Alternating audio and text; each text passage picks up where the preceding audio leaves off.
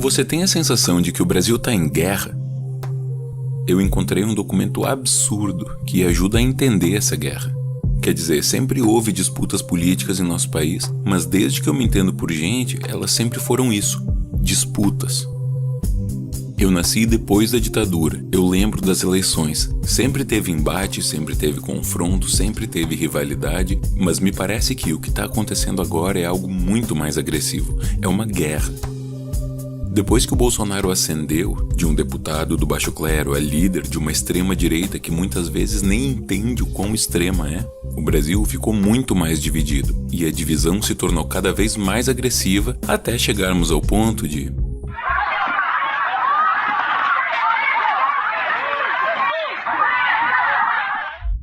E se eu te disser que o que está acontecendo não é somente uma rivalidade entre campos políticos, mas uma ação militar planejada, e que eu encontrei um documento dos próprios militares que demonstra isso. Para entender esse documento, tem algumas coisas que precisamos entender a respeito de guerras.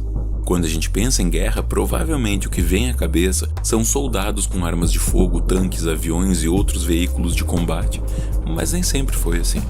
As formas com que as guerras eram lutadas no passado se transformaram muito de acordo com várias mudanças sociais e tecnológicas. A utilização de bombas atômicas na Segunda Guerra Mundial é um exemplo muito claro disso. Uma nova tecnologia alterou radicalmente a forma como as guerras eram lutadas, encerrando a Segunda Guerra e trazendo a Guerra Fria. Já a Primeira Guerra Mundial usou metralhadoras e trincheiras. Da mesma forma que o avião e a bomba atômica mudaram radicalmente o panorama da Primeira Guerra Mundial para a Segunda, as catapultas transformaram radicalmente a possibilidade de se manter uma cidade sob cerco, uma vez que poderiam atingir os inimigos para além das muralhas que cercavam os castelos e fortalezas. Elas foram usadas inclusive como armas biológicas, atirando cadáveres infectados através das muralhas para adoecer as pessoas cercadas. Isso inclusive contribuiu para que a peste negra se espalhasse pela Europa no final da Idade Média. Poucos séculos depois, a varíola também era usada como arma biológica para o genocídio dos povos aqui da América. Durante a invasão dos portugueses e espanhóis, como os povos indígenas não tinham resistência a essa doença, os invasores europeus jogavam roupas e cadáveres infectados em fontes de água e outros espaços capazes de contaminar os povos daqui, que eram horrendamente varridos pela doença. E quanto mais nós voltamos no tempo, mais nós podemos encontrar diversas tecnologias que transformaram a lógica das guerras, do uso de cavalos à formação de falange espartana, do uso de arco e flecha aos incêndios planejados, passando inclusive pelas tecnologias de comunicação que permitiam coordenar e interceptar ataques. E hoje, quais são as tecnologias que estão transformando drasticamente a lógica das guerras? Seriam drones? Bombas super eficientes? Robôs de combate? Bom, talvez, mas não aqui, não no Brasil. Nenhuma dessas tecnologias tem guiado os conflitos que nós vivemos aqui. A arma que tem sido usada com maior sucesso nos conflitos daqui é a comunicação. E eu não estou falando isso como metáfora ou analogia, eu estou falando de guerra, eu estou falando literalmente de uma operação militar. O documento que eu mencionei lá no começo do vídeo mostra como o exército brasileiro planejou um método de intervenção em que os civis, como eu e você, não são apenas pessoas ao redor do campo de batalha, os civis são o próprio campo de batalha. O documento em questão é um guia do exército brasileiro para operações psicológicas. É isso mesmo que você ouviu. Este é o Manual de Campanha para Operações Psicológicas dos Militares, C-45-4, publicado no ano de 1999.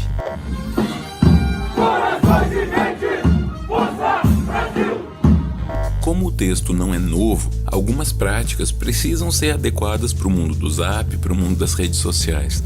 Por exemplo, olha como esse trecho demonstra bem não só a cooptação através de veículos já existentes, como a Jovem Pan e a Record, mas também a criação de portais e blogs e canais de notícias e documentários, com muitas aspas, bolsonaristas. Abre aspas. Para obtenção dos efeitos psicológicos desejados, pode-se aproveitar os jornais existentes se as respectivas direções estiverem dispostas a colaborar ou editar jornais especialmente para essa finalidade. Pode-se ainda utilizar jornais falsos, semelhantes aos que o adversário publica clandestinamente para influenciar os seus simpatizantes, contendo informações deturpadas, preconizando atitudes que suscitem a repulsa desses simpatizantes, etc. Ou então, olha como esse trecho sobre panfletos parece com o que é feito hoje em dia em memes e no WhatsApp. Abre aspas. Panfletos noticiosos. Os panfletos noticiosos constituem um dos meios mais eficazes para minar a moral do inimigo e conquistar a atenção necessária para o recebimento de outros. Sua eficácia se fundamenta na propaganda indireta, destinada a diminuir a confiança do inimigo em sua unidade e seus chefes, convencendo assim a uma inevitável derrota. Apesar disso, o manual já trazia trechos que se referiam especificamente à internet. Abre aspas. A internet, rede mundial de computadores, atinge diretamente o segmento formador de opinião e tem alcance ilimitado, constituindo-se de um excelente meio para operações psicológicas.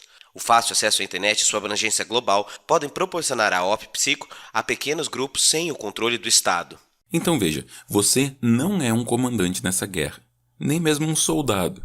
Você é o lugar onde a luta acontece. Isso pode parecer inofensivo, mas você lembra o que acontece com os lugares onde ocorrem as batalhas, né? E em quem usar essas ferramentas? Bom, o manual explica. Abre aspas. Os público-alvo são grupo de pessoas que compartilham as mesmas predisposições, as quais, ao serem manipuladas, conduzirão ao cumprimento de um objetivo psicológico desejado. A vulnerabilidade é uma condição ou sensibilidade que cria uma necessidade no público-alvo, tornando receptivo a estímulos persuasivos. Os especialistas em OP-Psico analisam os fatores psicológicos, tais como percepção, motivação, estresse e atitudes do público-alvo e anotam qualquer vulnerabilidade que exista. O estudo aponta, assim, temas, símbolos e outras atividades psicológicas que serão possíveis de exploração numa campanha. E sabe qual é uma das coisas que o manual diz para fazer com o público-alvo? Segura. Objetivos psicológicos divisivos. Número 1. São projetados para separar o indivíduo do seu grupo, um grupo-alvo de outros grupos, ou para desorganizar um grupo-alvo ou uma sociedade. Esses objetivos induzem os indivíduos do público-alvo a colocarem seus próprios interesses acima dos interesses do grupo. Número 2. Os objetivos psicológicos divisivos são atingidos por meio do desânimo, do derrotismo e da apatia, da hostilidade e da falta de cooperação, da discórdia, do isolamento, do pânico, da resistência ativa e passiva, e da rendição e deserção. Letra A. Desânimo, derrotismo e apatia. Visa minar a moral do público-alvo, isso é, diminuir a eficácia do público-alvo no apoio a metas nacionais ou populares que constituem perigo aos interesses de quem apoia e patrocina as operações psicológicas. Letra B. Hostilidade e falta de cooperação. Tem por fim aumentar a incredulidade do povo em relação à política e à ideologia das autoridades e das nações adversárias. Letra C. Visa estimular a dissensão e o conflito, seja entre grupos específicos ou dentro deles. Letra D. Isolamento. Propõe intensificar a preocupação de um indivíduo com a sua situação pessoal, diminuindo seu apoio a metas nacionais ou de um grupo coletivo. Letra E. Pânico. Tem em vista fomentar o comportamento desorganizado e a confusão.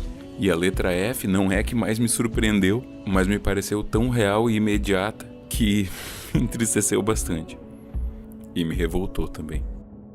Letra F. Resistência ativa e passiva. Visa nutrir comportamentos desagregadores e antipolíticos, minando a estrutura política do inimigo. E isso não acontece só com indivíduos, com pessoas específicas. Eles também ensinam como manipular os grupos. Abre aspas. A interação entre membros de um grupo gera internamente uma forte pressão, garantindo a uniformidade de comportamento. Quando existem o confronto dentro de um grupo, tal fato possibilita a utilização das técnicas de persuasão. O ingresso em um determinado grupo muitas vezes implica em uma recusa a uma ou mais associações alternativas.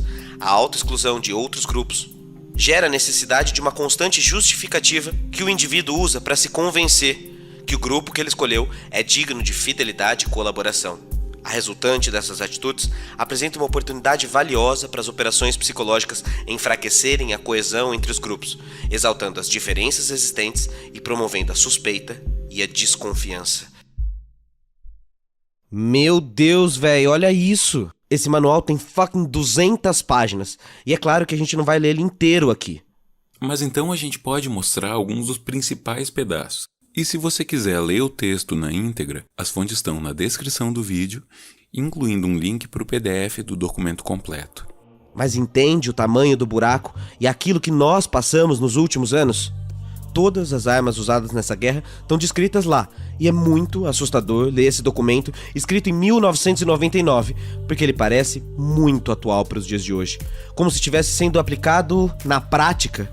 Eu tenho certeza absoluta que quando você vê esses itens, tudo vai parecer assustadoramente familiar. E para vocês não acharem que a gente está selecionando simplesmente os trechos que nos interessam ou que parecem mais assustadores e deixando as coisas importantes de fora, nós vamos ler um resumo rápido que o próprio documento faz a respeito das operações psicológicas do Exército. Repito, não fomos nós que selecionamos essas partes. Esse é o resumo das operações feitas pelo próprio manual. Essas são as técnicas usadas pelo Exército em seu Manual de Operações Psicológicas de 1999. Generalizações brilhantes. Emprego exagerado de palavras de alta conotação emotiva. Deus, família e liberdade. Testemunho. Personalidade aceita como notória pelo público-alvo. Simplificação. Declarações firmes. Fatos complexos se tornam simples. Quadro familiar. Falar ou escrever no estilo do público-alvo. Evocar lembranças familiares. Derivação. Criar novas correntes psicológicas aproveitando a tendência da opinião pública. Sugestão e insinuação. Ideias, em princípio, negativas. Incitação. Identificar ideias, pessoas ou instituições como algo odioso. Repetição. Repetir a mesma ideia muitas vezes. Orquestração. Mesmo tema, diversas ideias em capilaridade. Ampliação. Desfiguração. Inversão de atitude. Boato. Acusação de atrocidades. Inflação hiperbólica dos riscos. Alegação da sanção divina. Invocar o próprio Deus e atribuir um caráter divino à causa defendida. Ataque pessoal. Criar ou estimular ódios, descrenças ou preconceitos. Aceitação. Criar um estado de espírito favorável à recepção das suas ideias. Endemoniamento ou desumanização. Identificar os chefes adversários como pessoas desumanas. Se você não é um fanático que perdeu completamente o senso crítico e não aceita cegamente tudo que o bolsonarismo prega, lembre-se disso. Essa não é uma ação espontânea do povo brasileiro lutando pela sua nação. Isso é uma guerra psicológica criada para manter essa gente corrupta, incompetente, inescrupulosa no poder. Essa guerra não é para salvar você, nem aqueles que você ama. Você não é um soldado nessa guerra. Você é onde essa guerra está acontecendo. Você e as pessoas que você ama são o lugar onde caem as bombas. Tá tudo declarado. Retire suas vendas. Ainda dá tempo. Você não é um soldado, cidadão. Vamos acordar. Compartilhe esse vídeo onde der e falou-se.